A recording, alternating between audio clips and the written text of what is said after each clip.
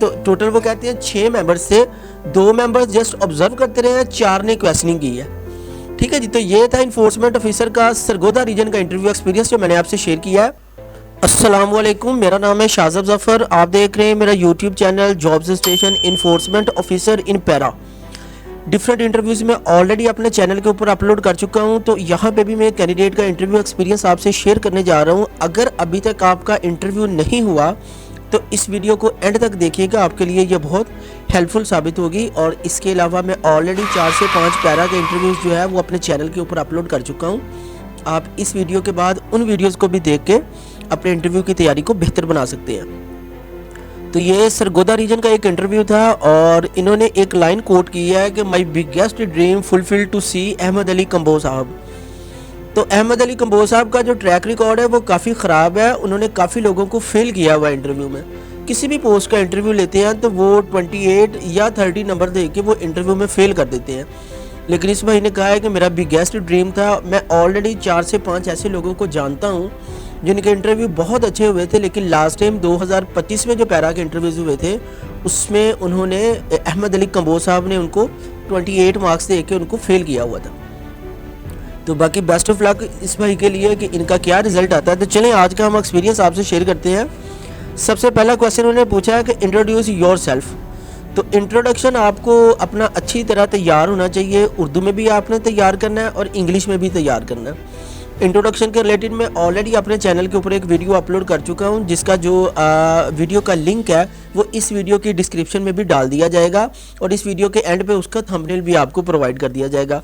तो इंट्रोडक्शन आपने इंग्लिश में भी तैयार करके जाना है और उर्दू में भी आपने तैयार करके जाना है। उसके बाद है जी इनसे दूसरा क्वेश्चन उन्होंने पूछा था ड्यूरिंग इंटरव्यू अहमद अली कंबोज साहब ने इंटरप्ट किया। जी हाँ, अहमद अली कंबोज साहब की आदत है कि वो भी इंट्रोडक्शन कंप्लीट भी नहीं होता, वो दरमियान में टोक देते हैं। सीआरपीसी पढ़ा है तो सीआरपीसी स्टैंड्स फॉर, सीआरपीसी का मतलब होता है कोड ऑफ क्रिमिनल प्रोसीजर। तो यहाँ पे मैंने लिखा हुआ है सीआरपीसी का full form code of criminal procedure है। इसमें एफआईआर, अरेस्ट, इन्वेस्टिगेशन, बेल और ट्रायल का प्रोसीजर बताया जाता है।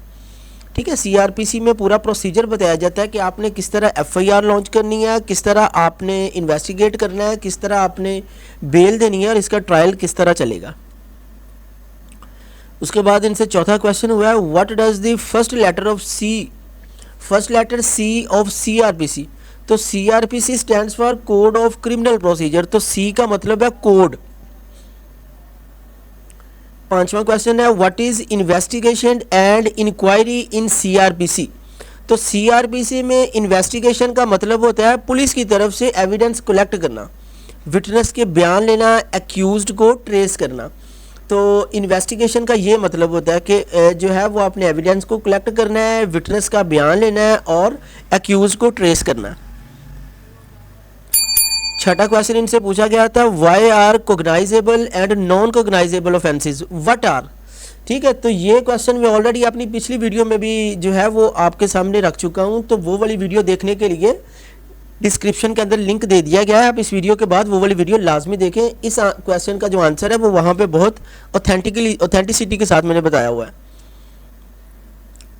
7 नंबर क्वेश्चन है जी offences in para act are cognizable or non cognizable. तो पैरा एक्ट 2024 में ऑफेंसेस आमतौर पर कोगनाइजेबल कंसीडर किए जाते हैं, यानी ऑथोराइज्ड ऑफिसर वारंट के बगैर एक्शन ले सकते हैं। कोगनाइजेबल ऑफेंसेस वो होते हैं कि आप कोई भी जो पुलिस ऑफिसर है वो डायरेक्ट एक्शन ले सकता है, उसके लिए वारंट नहीं चाहिए होता।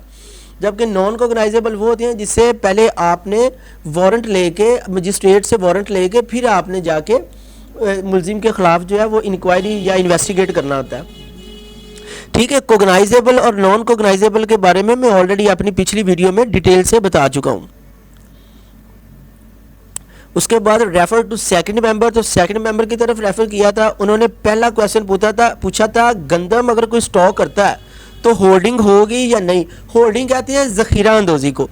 तो इसका आंसर ये है कि अगर कोई शख्स गंदम को ज़रूरत से ज़्यादा स्टॉक करके मार्केट में आर्टिफिशियल कमी पैदा करे एंड प्राइस बढ़ाने के लिए इसकी नीयत हो और वो ज़ख़ीरा अंदाज़ी करके बाद में महंगे दामों फ़रोख्त करे तो ये आपकी होल्डिंग होगी, ये ज़ख़ीरा अंदाज़ी होती है। लेकिन नॉर्मल ज़रूरत या लीगल स्टोरेज हो तो वो उसे होल्डिंग नहीं कहा जाता। अगर आपकी वो नॉर्मल हो या वैसे आपने स्टोर की हुई है अपने इस्तेमाल के लिए कि कल को अपने घर के लिए या कल को किसी और मकसद के लिए इस्तेमाल करेंगे तो वो ज़ख़ीरा अंदोज़ी नहीं है।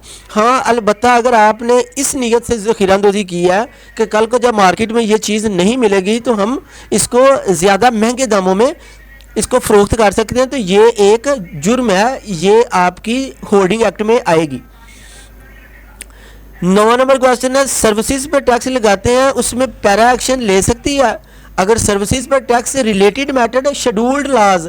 अब कुछ ना पैरा के अंदर 5 शेड्यूल्ड लाज हैं, अगर तो पैरा के अंदर वो वाले लाज इंपोर्ट किए गए हैं तो फिर आप उस पर एक्शन ले सकते हैं। लेकिन अगर वो वाला ला जिस ला के तहत सर्विसेज के ऊपर टैक्स लगाया जा रहा है वो पैरा के अंडर नहीं आता तो फिर आपने उस पर कार्रवाई नहीं करनी। ठीक है, तो अगर पैरा की ज्यूरिसडिक्शन में आता है तो आप एक्शन ले सकते हैं, वरना टैक्स कलेक्शन और रिकवरी का काम रेलिवेंट टैक्स डिपार्टमेंट का होता है, ये पैरा का काम नहीं है। हाँ, अलबत्ता अगर पैरा के एक्ट में 4 से 5 शेड्यूल्ड लाज भी उन्होंने इंपोर्ट किए हैं, अगर तो वो वाले लाज हैं तो फिर आप जो है वो पैरा एक्शन ले सकती है। अच्छा जी, उसके बाद है जी हमारे पास 10 नंबर क्वेश्चन है कि लाहौर में कोई डेवलपमेंट होती है तो एक बंदा ज़्यादा प्राइस लेता है दूसरों से तो पैरा इस पर एक्शन ले सकती है। इसका आंसर भी सेम है। अगर कोई बंदा डेवलपमेंट या कंस्ट्रक्शन प्रोजेक्ट का काम करता है और वो दूसरों की निस्बत गैर मुनासिब या इलीगल तौर पर ज़्यादा चार्जेस करता है तो वो प्राइस कंट्रोल या शेड्यूल्ड लाज की वायलेशन है तो पैरा उस पर एक्शन ले सकता है। ठीक है, ये वही आंसर है जो ऊपर वाले क्वेश्चन का मैंने आपको दिया कि अगर तो ये चीज़ें शेड्यूल्ड लाज में हैं तो ऑब्वियसली पैरा इस पर एक्ट कर सकती है। होर्डिंग में टोटल कितनी आइटम्स होती हैं? होर्डिंग कहते हैं ज़ख़ीरा अंदोज़ी में। Punjab prevention of hoarding act 2020 के मुताबिक होर्डिंग में टोटल 41 आइटम्स हैं। प्राइस कंट्रोल एक्ट में फाइन मजिस्ट्रेट करता है, बट इसमें इन्फोर्समेंट ऑफिसर की क्या ड्यूटी है? प्राइस कंट्रोल एक्ट के अंडर ईओ का रोल ये होता है कि वो इन्वेस्टिगेट करे और वो फील्ड का इन्फोर्समेंट होता है। फाइन लगाने या पेनल्टी इंपोज करना मजिस्ट्रेट का काम होता है, लेकिन ईओ की ड्यूटी होती है कि वो वायलेशन डिटेक्ट करे, एविडेंस कलेक्ट करे, रिपोर्ट प्रिपेयर करे और केस मजिस्ट्रेट के सामने पेश करे। लेकिन जो इसकी सज़ा है, पेनल्टी है, वो आपका मजिस्ट्रेट ही देगा। रेफर टू थर्ड मेंबर, तीसरे बंदे की तरफ वो कह रहे हैं मुझे उन्होंने रेफर कर दिया, उन्होंने पूछा शेड्यूल्ड लाज कितने हैं, तो पैरा एक्ट 2024 के शेड्यूल में टोटल 5 लाज शामिल किए गए जिनका ताल्लुक होर्डिंग, ज़ख़ीरा अंदोज़ी, प्राइस कंट्रोल और लैंड रिलेटेड रेगुलेशन से होता है। सबके नाम बताओ तो कौन कौन से हैं। सबसे पहला है पैरा एक्ट 2024 के शेड्यूल्ड में ये 5 लाज शामिल है। सबसे पहला है Punjab prevention of hoarding act 2020, Punjab price control of essential commodities act 2024, colonization of government lands act 1912, Punjab tenancy act 1887, Punjab land revenue act 1967। तो ये आपने थोड़े थोड़े सारे पढ़ के जाने हैं। जिनका भी इंटरव्यू रहता है तो आप इन 5 लाज को थोड़ा थोड़ा सा देख के जाइएगा कि इनका बुनियादी पर्पज़ क्या है, इनका मकसद क्या है। उसके बाद एक क्वेश्चन हुआ है उनसे प्राइस कंट्रोल एक्ट में कितनी आइटम्स है, तो Punjab price control of essential commodities act 2024 के अंडर इसेंशियल कमोडिटीज़ की डिटेल्ड लिस्ट शेड्यूल में दी जाती है और इसमें आइटम्स की exact total number government notification के मुताबिक होती है। अभी देखें जिस तरह अभी लॉकडाउन के रिलेटेड पंजाब गवर्नमेंट ने नोटिफिकेशन किया है कि जिम और आईटी कंपनीज को लॉकडाउन पे एग्जाम्पशन है, सेम एज इट इज़ ये भी हमें उस वक्त का नोटिफिकेशन बताएगा कि उसमें कौन कौन सी चीज़ें, कौन कौन सी आइटम्स को इंक्लूड करना है। इसेंशियल कमोडिटीज़ में फूड आइटम्स होती हैं, डेली यूजेस की गुड्स होती हैं, शेड्यूल्ड माना जाता है जो पब्लिक नीड की तमाम बेसिक चीज़ें कवर करता है। तो मेरे ख्याल से इस एक्ट में हर उस चीज़ को इंक्लूड किया जाता है जो डेली बेस पे पब्लिक के लिए इस्तेमाल होती हैं।